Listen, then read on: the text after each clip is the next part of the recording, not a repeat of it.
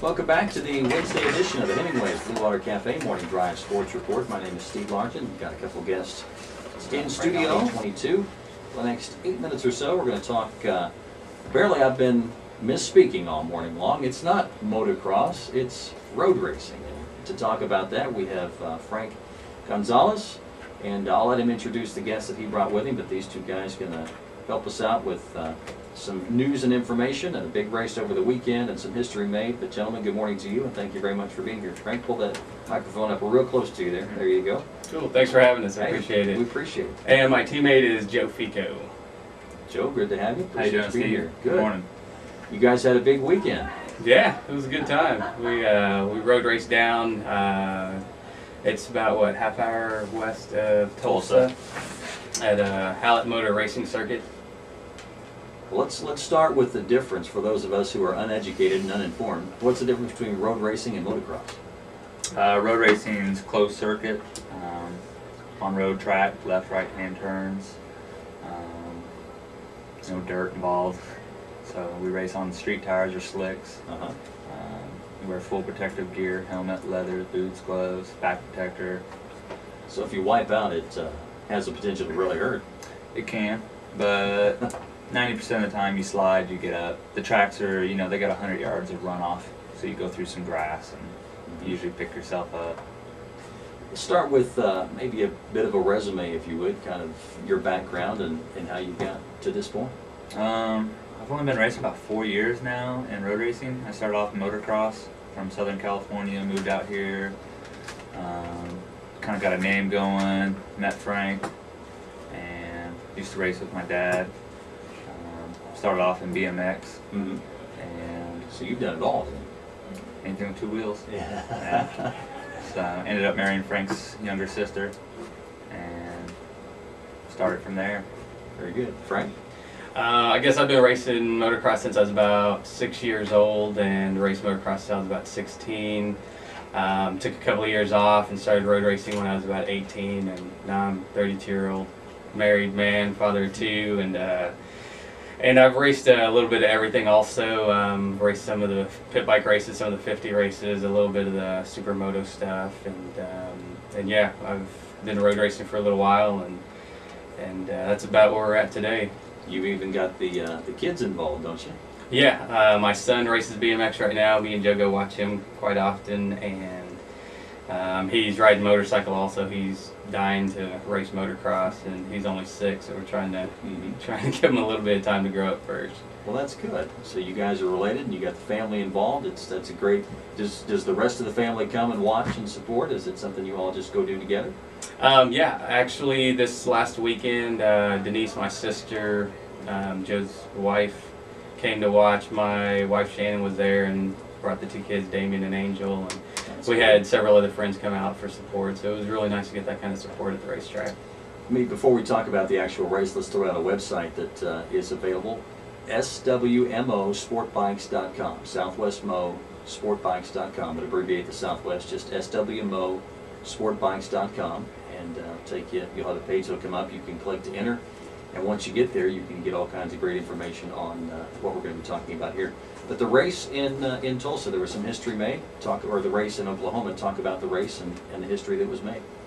Okay, basically what we're running on is a Buell motorcycle. It's an American-made motorcycle with a Harley-powered motor, and you don't see very many people endurance racing that kind of bike. And it was the first time in Why is that you don't see?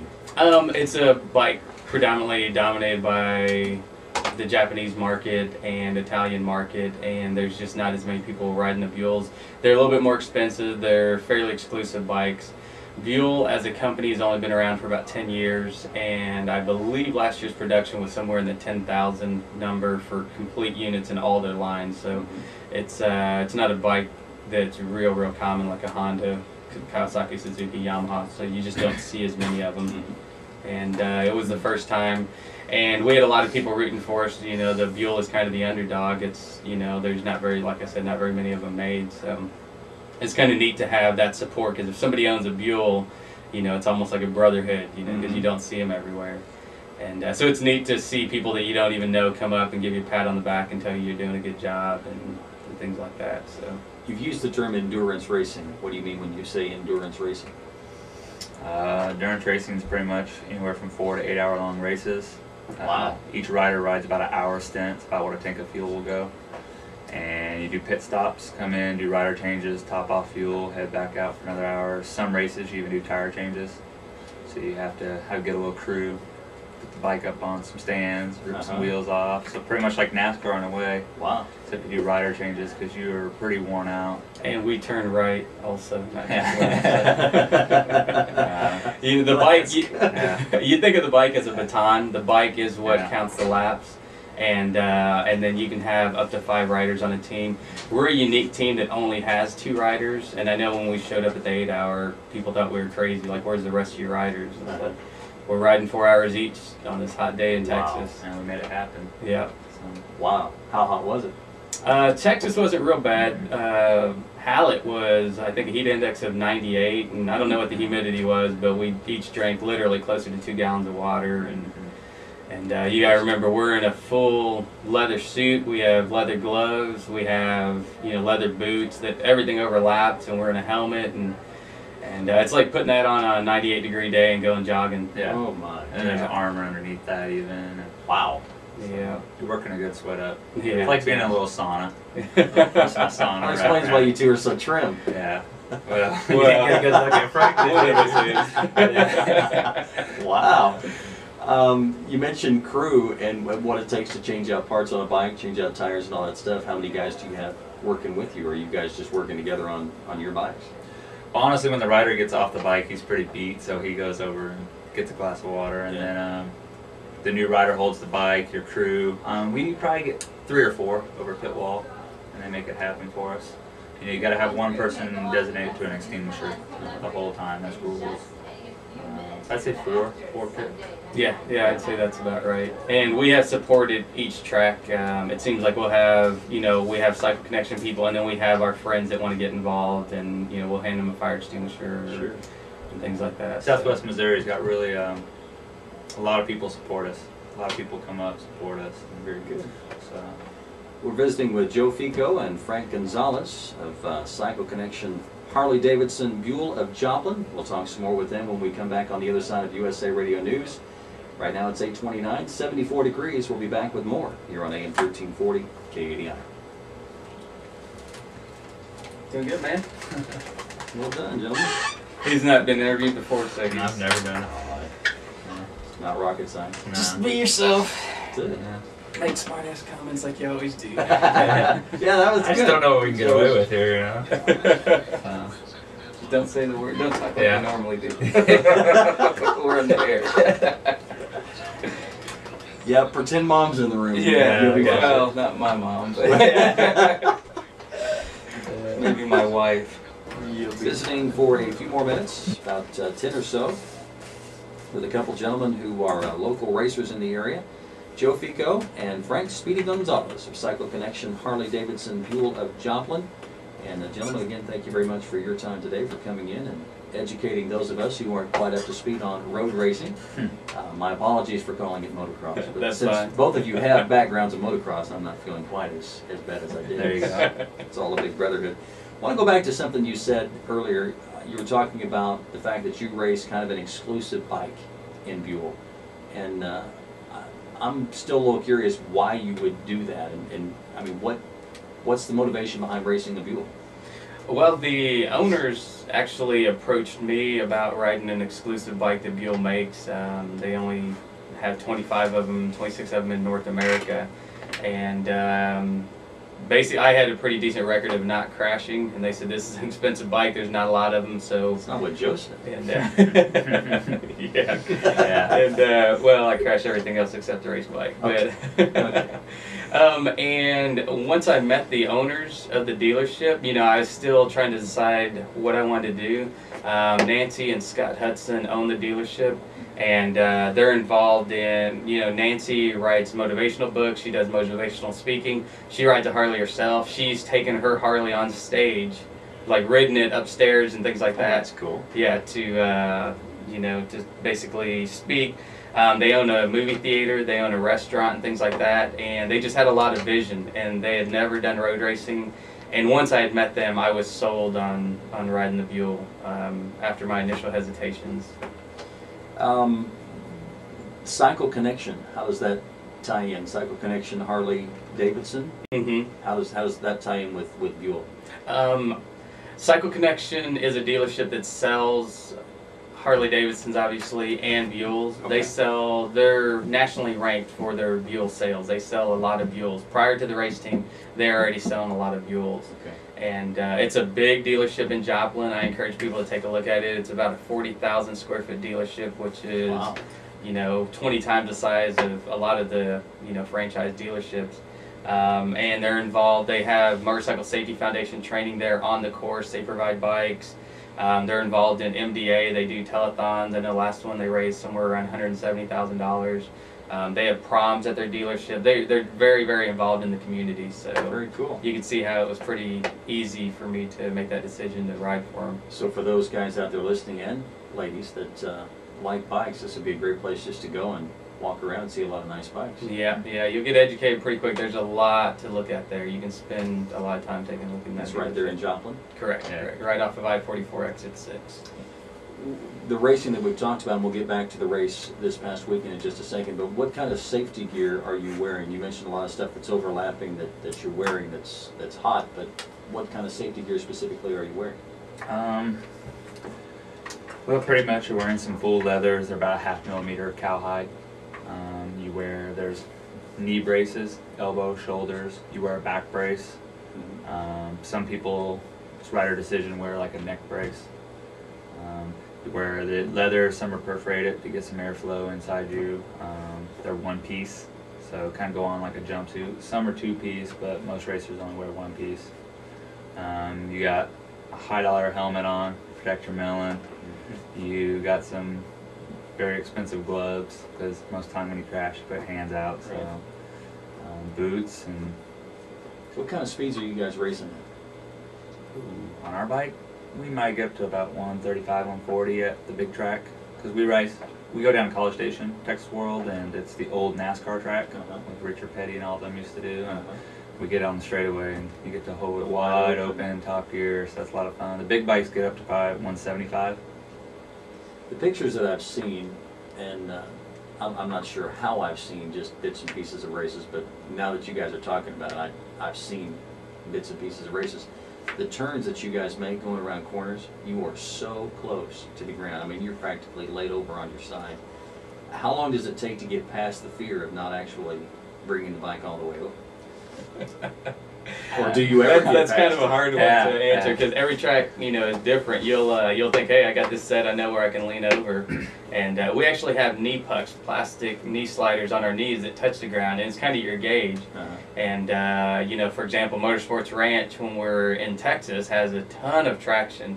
And you can lean it over, you can drag the pegs, you can drag the lowers of the bike, you're dragging your knees, you're dragging everything but your own helmet. Yeah, almost your elbow. Yeah, exactly. You get your elbow close to the ground. And then you go to other tracks with less traction, and, you realize that you can't lean over that far. You'll feel the back end step out, or the front push and wiggle, and at 110, 150 miles an hour, it's a little bit unnerving. So I would say. I mean, you're going wide open down a straightaway, and then you get into the corner. And how much do you back off going into a corner? You want to be the last one to back off. Yeah. Yeah. Depends on the corner. Depends on the And where corner. you're at position-wise? Yeah. Probably. Yeah, just How all much depends. traffic you're in. Let's go back to the race that you just came out of this past weekend, and kind of take us through the whole setup. I'm assuming you get in there around Friday. What's the preparation like from that point on? Yeah, we roll in Fridays most of the time, get the bike unloaded, go through the bike. We have to make sure a lot of bolts, like your brake caliper bolts, are all safety wired for safety issues, because a lot of things like to vibrate. Make sure all your fluids are full. Riders kind of concentrate, and then we get out there and ride, and we just start working on setup, looking at tire wear, how the bike feels, how it turns in, how it exits, all that. And just the two riders share information. They discuss what they're feeling, what's going on. They work on the bike together, and just try to nail the setup the best they can for the race. And Is it like NASCAR, and you have laps that you turn to see who's got the best time? and that determines what order you race in, or what order you start in, or? Where we race at, there's so many racers involved. They really don't got the time to do qualification and everything. So you kind of get put in a grid on where you finished in the prior race. Okay. Is how they do it, just because there's so many people involved. They total up your championship points, and if you're leading the championship currently, you're going to be pole position, if you will. Mm-hmm. And you know, it kind of depends on where your points are at and how you've done so far. And we missed the first race, and we had trouble our third race, so we were starting in the second wave when we started on Saturday, and which puts us at about a 20-second disadvantage. It's not like NASCAR or any other car race where you have a rolling start. Ours is from a standstill, so they get about a 20-second lead on us. Wow. And, What he means by second wave is they split the group up too. Let the first wave go for 20 for safety reasons in the corner one, because 50 people going into one corner. Not good. Not So, good at all. Yeah. Yeah. Joe and I had talked, and we decided I would start the race, and he would finish the race. And so I started the race from the second wave, and I just happened to get a pretty decent start, and I knew that we needed to get to the front. We were trying out some new Dunlop tires, and the Dunlop representatives told us beat them up from the first hour. They'll go all 5 hours without a tire change, which we're going to be curious to see how that turned out. And so I went out there like it was a sprint race, and you know, you got to pace yourself. You're going to be out there for an hour in this heat. And I just went as fast as I could at the beginning. That way I could feel that confidence of getting close to the first grid. And yeah, I guess I looked down my lap timer, and I was turning faster than I was the prior day's practice with no traffic. Wow. And went through traffic good. We were real happy with how we got up there. And then we caught up to the 11-time reigning champion for our class. He just doesn't get beat. And caught up to him and passed him. And another team that's in contention, they're the Gillum family, and they're cousins to the Hayden family, Nikki, Roger, Lee, and Tommy Hayden, and these guys are all world-class racers. The fastest racer in the world right now is Nikki Hayden, his cousin. So these kids are very, very capable racers with the right resources. And to get past those two and then continue going, I just had smiles on my face. So what were you thinking when you passed him? I was thinking, hey, we're in the lead, don't crash, and I hope the tires hold up, and I hope we don't break anything on the bike. And I handed off the bike to Joe, and Joe had already seen the position we were in, and Joe went out there and immediately was literally running 4 or 5 seconds a lap faster than second place. Wow. And it was great from there. He handed it back to me, and we knew we had a lead, and we didn't have to try and kill ourselves, and we just continued to run as strong and solid a race as we could. And we were in the last, I guess, half hour of the race, and we realized that at one point, you know, we were somewhere about 4 laps ahead of the leader. We have real slow pit stops right now. We're still trying to get our pit stops down. The way our bike's designed, we can't modify our gas tank like the other teams do, so we don't have a fast way to fill fuel. So we see them out there doing laps while we're still putting gas in the bike. And but long story short, when the checkered flag was thrown, we're the underdog that nobody expected to see win, and this is our first year out there. The race director literally went out on the track and pointed at Joe, gave him the double thumbs up, and that's cool. And came over to the pits a little later and shook both our hands.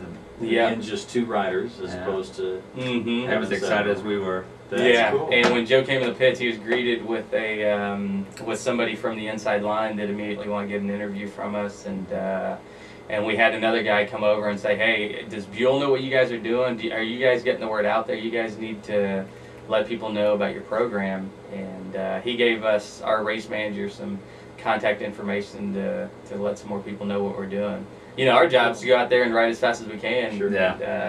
And it's kind of neat to see other people like yourself take an interest in it. Couple of things before we go. We've got about 2 minutes here, so we're going to have to go quick through some of the rest of this.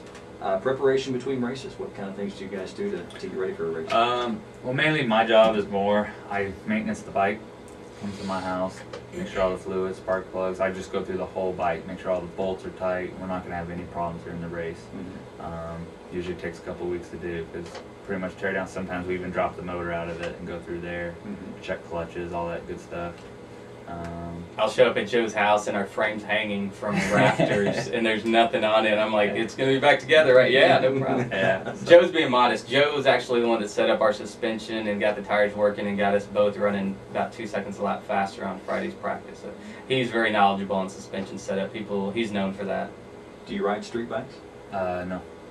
Nope. No interest? I did at Safety one issue, point. I did for maybe about one season, and just you see a lot of things. People look at you and then they pull out. So.